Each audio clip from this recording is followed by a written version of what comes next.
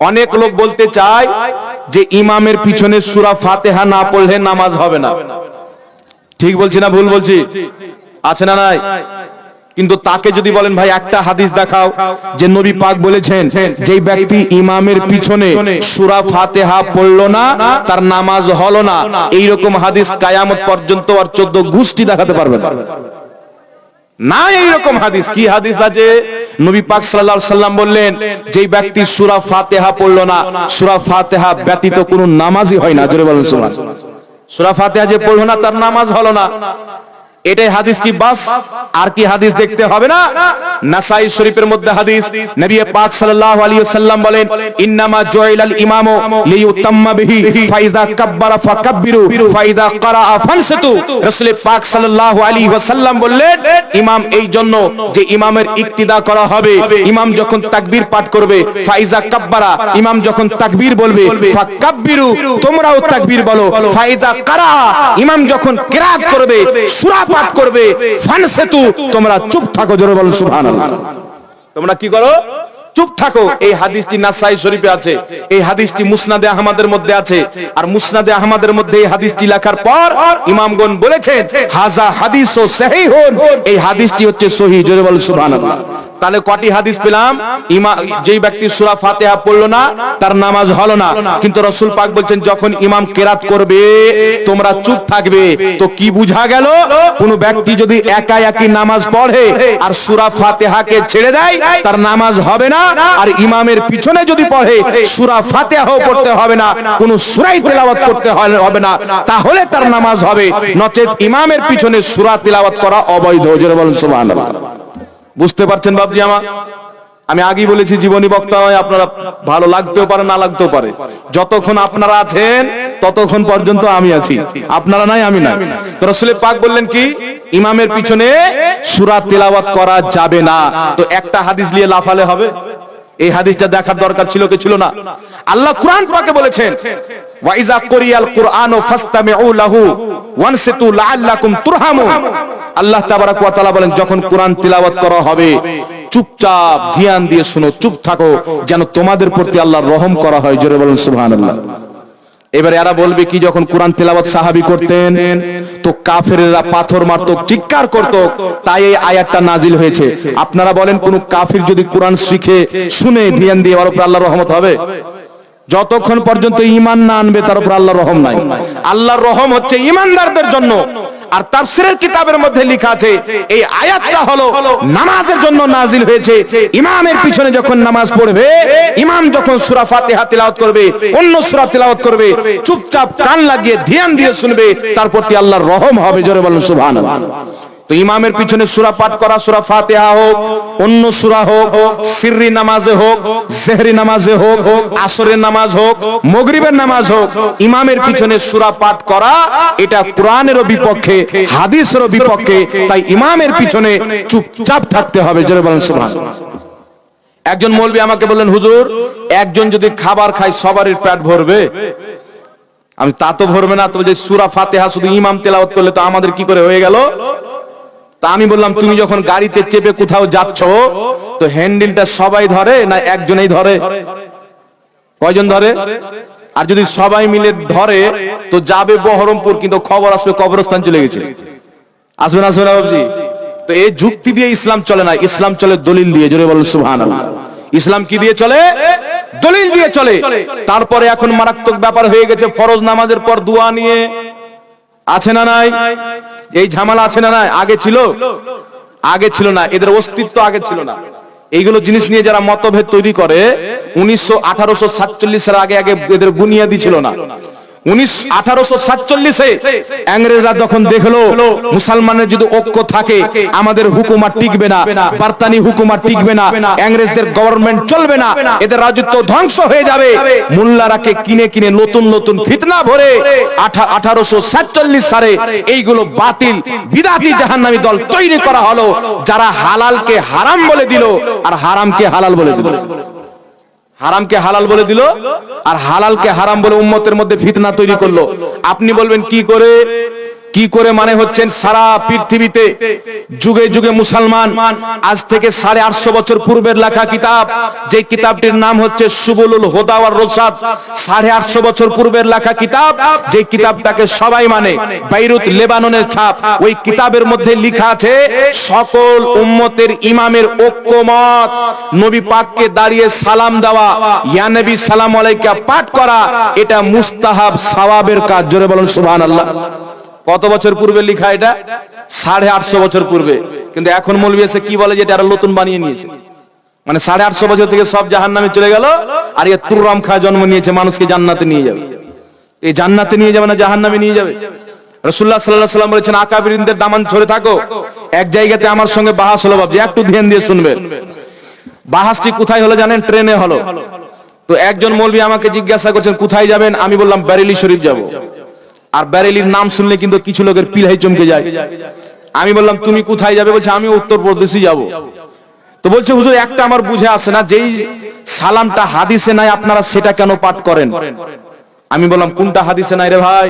বলছে আপনারা যে সালামটা পাঠ করেন ইয়া নবী সালামু আলাইকা, ইয়া হাবিব সালাম আলাইকা, এটা তো কোনো হাদিসে নাই, তো আপনারা কেন পাঠ করেন? আমি বললাম বাবু তুমি শরীয়তের কিছু জানো? বলছে হ্যাঁ। পড়েছো? হ্যাঁ। কত দূর অবধি? বলছে মুফতি অবধি। আমি আলহামদুলিল্লাহ, মুফতি থাকলে তো তুমি বুঝতে, কিন্তু তোমার কথা শুনে তোমাকে মূর্খ মনে হয়। আমি বললাম একটা হলো কোরআন হাদিস থেকে সুস্পষ্ট ভাবে প্রমাণিত হওয়া, আর একটি হচ্ছে কোরআন হাদিস অনুযায়ী হওয়া। একটি হচ্ছে লাইট চারাক যখন জ্বালাবেন তো চারাকের আলো কতটুক থাকে? খুব বেশি এতটুক, একটু বাড়িয়ে দিলেন এতটুক, গ্যাস লাইট জ্বালালেন ওর শোষার আগুনটুক এতটুক থাকে, কিন্তু ওর আলো কতটুক হয়? একটা অন্ধকার পুরাকে আলোকিত করে দেয়, ঠিক না বেঠিক? কিন্তু যে আলোগুলো চতুর সাইডে যায় তার আসল কি? ওই লাইটারের ওই আসল আগুন। আসল কোরআন এবং হাদিস, কোরআন হাদিসে যেটা আছে ওটাতে তো কাউরির কোনো মতভেদ নাই, কিন্তু কোরআন হাদিসের আলোতে অনুযায়ী যেটা আছে সেটার উপরেও কাউরির কোনো মতভেদ নাই। জয় বলুন সুবহানাল্লাহ। কথাটি বুঝতে পেরেছেন কিনা আমার? আমি তাকে বললাম আচ্ছা শরীয়ত তুমি বেশি বুঝো না মুহাদ্দিসিন বেশি বুঝে? তো বলছেন মুহাদ্দিসিন বেশি বুঝে। আমি বললাম যখন দুইজনের ঝামেলা হবে ফয়সালা কোথায় হবে? থানাতে হবে। কারণ থানার পুলিশ হলো নিরপেক্ষ, নাকি কাউরির পক্ষবাদী না। তিনি যে ফয়সালাটা করবেন সেটাকে মানতে হবে। যদি সেটাকে না মানতে পারো কোর্টে যেতে হবে। জজ যেটা ফয়সালা করবে সেটাকে মানতে হবে। তোমার উকিল থাকবে, আমার উকিল থাকবে, দুই উকিল, আমার উকিল আমার কথা বলবে, তোমার উকিল তোমার কথা বলবে, ফয়সালা জজ করবে, ঠিক না বেঠিক? তো জজ নিরপেক্ষ, তো আমাদের জন্য জজকে আমাদের জন্য উম্মতের ইমামগণ, মুহাদ্দিসিনগণ, তিনারা যেটা শরীয়তের ব্যাখ্যা করেছেন ওটা হলো আমাদের জন্য কোর্ট। তো যেই ইমামকে তোমরাও মানো আমরাও মানি, যে মুহাদ্দিসিনকে তোমরাও মানো আমরাও মানি, 850 বছরের সুবুলুল হুদা ওয়ার রশাদ, আপনার 600-700 বছর পূর্বে আপনার সিরাতে হালবিয়া কিতাব, অসংখ্য কিতাবের মধ্যে ইমাম সাবরকান্দি রাহমাতুল্লাহ আলাইহি তানবিহুল গাফিলিন কিতাবের মধ্যে স্পষ্ট লিখেছেন আসসালামু আলাইকা আইয়ুহান নবী, ইয়ানি ইয়া মুহাম্মদ আলাইকাস সালাম, ইয়া নবী সালাম আলাইকা। জোরে বলুন সুবহানাল্লাহ। উম্মতের বড় বড় ইমামগণ শত শত বছর পূর্বে কি লিখেছেন? আসসালামু আলাইকা আইয়ুহান নবী, ইয়ানি ইয়া মুহাম্মদ আলাইকাস সালাম, ইয়া নবী সালামুন আলাইকা, আসসালামু আলাইকা আইয়ুহান নবী, যেটা তাশাহুদের মধ্যে নামাজের মধ্যে আমরা পাঠ করি। এই দুরূদটার অর্থ হলো, এই দুরূদটার মানা হলো ইয়া নবী সালামু আলাইকা। জোরে বলুন সুবহানাল্লাহ। তো মানা যদি ভুল হয় তো বাক্যটাও ভুল হবে, ঠিক না বেঠিক? যেমন আমাদের মধ্যে কিছু গাজাল দেখতে পাওয়া যায় আল্লাহকে প্রভু বলে সম্বোধন করে, ঠিক না বেঠিক? প্রভু বলে কি বলে না? ক্ষমা করো গো প্রভু, প্রভু তুমি দয়ালু দাতা। কিন্তু আল্লাহ পাককে প্রভু বলা শরীয়তে জায়েজ না। আল্লাহ পাককে প্রভু বলা যাবে না। কেন বলা যাবে না? এটা গায়র মুসলিমদের ভাষা। আর রাসূল পাক বলেছেন মান তাশাব্বাহা বিকওমিন ফাহুয়া মিনহুম, যে যেই কওমের নকল করে যেই ধর্মে সে ওই ধর্মের মধ্যেই পড়ে। তো আল্লাহকে গড বলা জায়েজ নয়, আল্লাহকে প্রভু বলা জায়েজ নয়, ভগবান বলা জায়েজ নয়, ঈশ্বর বলা জায়েজ নয়।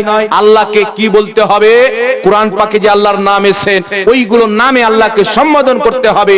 আর ওইগুলো নাম ব্যতীত একটি নাম ফার্সি ভাষাতে যেটা হচ্ছে খোদা শব্দ, এই খোদা শব্দের উপরে উম্মতের ইজমা আছে। ফাতাওয়া আলমগীরিতে এসেছেন ইমাম নাসাফি রাহমাতুল্লাহ আলাইহি লিখেছেন যে খোদা হচ্ছে আল্লাহ শব্দের অর্থ। জোরে বলুন সুবহানাল্লাহ। তাই খোদা বলা যায়। কিন্তু প্রভু বলা চলবে না, ভগবান বলা আল্লাহকে চলবে না, উপরওয়ালা বলা চলবে না। অনেকে উপরওয়ালা বলে না, কিন্তু আল্লাহকে উপরওয়ালা বলা জায়েজ নয়। কেন জায়েজ নয়? উপরওয়ালাও আল্লাহ, নিচেওয়ালাও আল্লাহ, ঠিক না ঠিক? উপরওয়ালাও আল্লাহ, নিচেওয়ালাও আল্লাহ, সব ওয়ালা আল্লাহ। তো যখন আল্লাহ বলে দিলাম তো উপরওয়ালা নিচেওয়ালা সবের মালিক আল্লাহ, জোরে বলুন সুবহানাল্লাহ। তাই শুধু উপরওয়ালা বলা যাবে না, শুধু উপরওয়ালা আল্লাহকে বলা জায়েজ নয়, কারণ এটা ইসলামের ভাষা না। সবচাইতে উত্তম আল্লাহকে আল্লাহ বলে ডাকা, রহমান বলে ডাকা, রহিম বলে ডাকা, গফুর বলে ডাকা, সত্তার বলে ডাকা, জোরে বলুন সুবহানাল্লাহ। আশা করি আমার কথা আপনারা বুঝতে পেরেছেন। বুঝতে পেরেছেন কি পারেননি? তো রাসূলুল্লাহ সাল্লাল্লাহু আলাইহি সাল্লামের প্রতি দাঁড়িয়ে সালাম পড়া 850 বছর শুধু না, সাহাবীর জামানা থেকে। আবু দাউদ শরীফের মধ্যে হাদিস, ইবনে মাজাহ শরীফের মধ্যে হাদিস, রাসূলুল্লাহ সাল্লাল্লাহু আলাইহি সাল্লাম বলেন, যখন তোমরা মসজিদে প্রবেশ করবে তো আগে দাঁড়িয়ে যাও, মসজিদের গেটে দাঁড়িয়ে আগে আমি নবীর প্রতি সালাম পাঠ করো, তারপরে মসজিদে ঢোকার দোয়া পাঠ করো, আল্লাহুম্মা ফতাহলি আবওয়াবা রাহমাতিকা, জোরে বলুন সুবহানাল্লাহ। আগে কি করো? আমি রাসূলকে সালাম দাও। তো ওখানে দাঁড়িয়ে সালাম হলো কি হলো না নবীকে? নবী রওজা মুবারকে যখন যাবেন, ফাতাওয়া আলমগীরের মধ্যে লেখা আছে সেখানে নবীকে কেমন ভাবে সালাম দিবেন। তো ফাতাওয়া আলমগীরের মধ্যে 500 জন ইমাম ফতোয়া দিয়েছে, যেমন নারীর নিচে হাত বেঁধে নামাজে দাঁড় হও ওইভাবে দাঁড়িয়ে মুস্তাফাকে সালাম দিতে হবে, জোরে বলুন সুবহানাল্লাহ। আল্লাহু আকবার। ইয়া রাসূলুল্লাহ, ফাতাওয়া আলমগীরের মধ্যে লেখা আছে যেমন নামাজের মধ্যে দাঁড় হও ওইভাবে দাঁড়িয়ে মুস্তাফাকে সালাম দিতে হবে। তো কি প্রমাণ হলো? এবার আপনাকে বলবে, ভাই নবী পাককে দাঁড়িয়ে তো আমরাও সালাম দিই, কিন্তু এক এক করে আলাদা একাই আছি সালাম দিয়ে দিলাম, কিন্তু সম্মিলিত ভাবে তো কেউ সালাম দেয়নি। সম্মিলিত ভাবে কোথায় পেলেন? একটি মনে রাখবেন, উম্মতের ইজমা আছে, সুবুলুল হুদা ওয়ার রশাদের মধ্যে 850 বছর পূর্বে কেউ আপনাকে বলতে পারবে না ওই সময় বেরেলিরা যাই লিখেছে। 850 বছর পূর্বে, 600 বছর পূর্বে, 700 বছর পূর্বে উম্মতের ঐক্যমত, উম্মতের ইজমা, প্রত্যেক ইমাম বলেছেন সম্মিলিতভাবে নবীর গোলাম নবীকে যখন দাঁড়িয়ে সালাম দেয় আল্লাহর রহমত তাদের নিকটে চলে আসে, জোরে বলুন সুবহানাল্লাহ। সবাই মিলে যখন, তা আপনাকে বলবেন যে সবাই মিলে একত্রিতভাবে সাহাবী ধরেছেন, তা আপনাকে সিম্পল একটি জবাব দিতে হবে। প্রশ্ন যেমন হয় জবাবও কিন্তু তেমন হয়। মানে প্রশ্নতে কিছু আছে, কিছু প্রশ্ন হয় যার জবাব প্রশ্নতেই দেওয়া হয়, আর কিছু প্রশ্ন হয় যার জবাব জবাবে দেওয়া হয়। তো আপনাকে যখন বলবে আমি ট্রেনে যেমন গেলাম, সব যখন মেনে নিল হ্যাঁ পড়া যাবে, জায়েজ আছে, কোনো সমস্যা নাই, সব যখন মেনে নিল, বলছে সম্মিলিত একত্রিত ভাবে নাভির নিচে হাত বেঁধে সম্মিলিত ভাবে নবী মুস্তাফাকে সালাম দেওয়া, এটা আমি কোন জায়গাতে পাইনি, আমি মানতে পারি না। আমি বললাম যদি আমি তোমাকে দলিল দিয়ে দিই তো মানবে কি মানবে না? বলছে দলিল থাকলে তো মানতে হবে।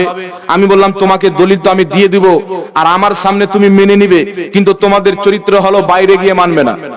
এখান থেকে যখন বেরিয়ে যাবে তখন মানবে না। এটা হলো মুনাফিকের চরিত্র। রাসূলুল্লাহর সামনে এসে বলতেন, হুজুর আমরা তো আপনার গোলাম, আমরা তো আপনার জন্য জীবন দিয়ে দিতে পারি। যুদ্ধের ময়দানে নবীর সঙ্গে নামাজ পড়ছেন নবীর পিছনে, কিন্তু নবী থেকে যখন কাফিরের কাছে আসে বলছে মুহাম্মাদের পেটের কথা নিতে যাচ্ছিলাম, আমরা তো তোমাদের সাথে। তো ওদের জন্য কি জাহান্নামের মধ্যে কয়টি তাবকা আছে ভাই আমার? 7টি তাবকা, 7 তবক জাহান্নামের মধ্যে সবচাইতে বড় যেটা তবকা ভয়ানক, যার নাম হলো হাদিয়া দোজখ। কি নাম? হাদিয়া দোজখ। যে মুনাফিক হয়, যার সামনে দলিল পেশ করে দেওয়া হলো, আকাবিরিন উম্মতের পেশ করে দেওয়া হলো, তারপরে সেটাকে মানলো না, যাকে মুনাফিক বলা হয়, ওই হাদিয়া দোজখে মুনাফিকরা যাবে। বুঝতে পারলেন কথা? কারা যাবে? মুনাফিক। কারণ মুনাফিক হলো কাফির চাইতেও খারাপ। ইহুদি খ্রিস্টান মুসলমানের দুশ্মন, কিন্তু এরা মুনাফিক চাইতে ডেঞ্জার না, কারণ এরা প্রকাশ্য দুশ্মন। আপনার কোন দুশ্মন যদি আপনার সামনে থেকে ওয়ার করে, আপনি তো জেনে গেলেন আমার দুশ্মন।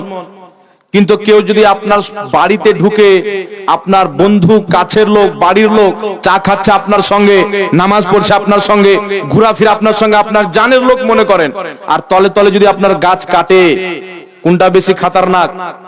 প্রকাশ্য দুশ্মন না আপনার বাড়ির দুশ্মনটা বেশি খতরনাক হবে? বাড়িরটা বেশি খতরনাক হবে। তো আমি ওকে বললাম, শুনো সম্মিলিত ভাবে সালাম খুঁজে পাও না, আমি তোমাকে বলছি বলো তোমার বাপ জিন্দা আছে কি নাই? বলছে বাপ তো জিন্দা আছে। আমি বললাম মা? বলছে মাও আছে। আমি বললাম দাদা আছে? বলছে দাদা তো 1 বছর হলো মারা গেছে। আমি বললাম দাদার জানাজার নামাজ পড়েছিলা?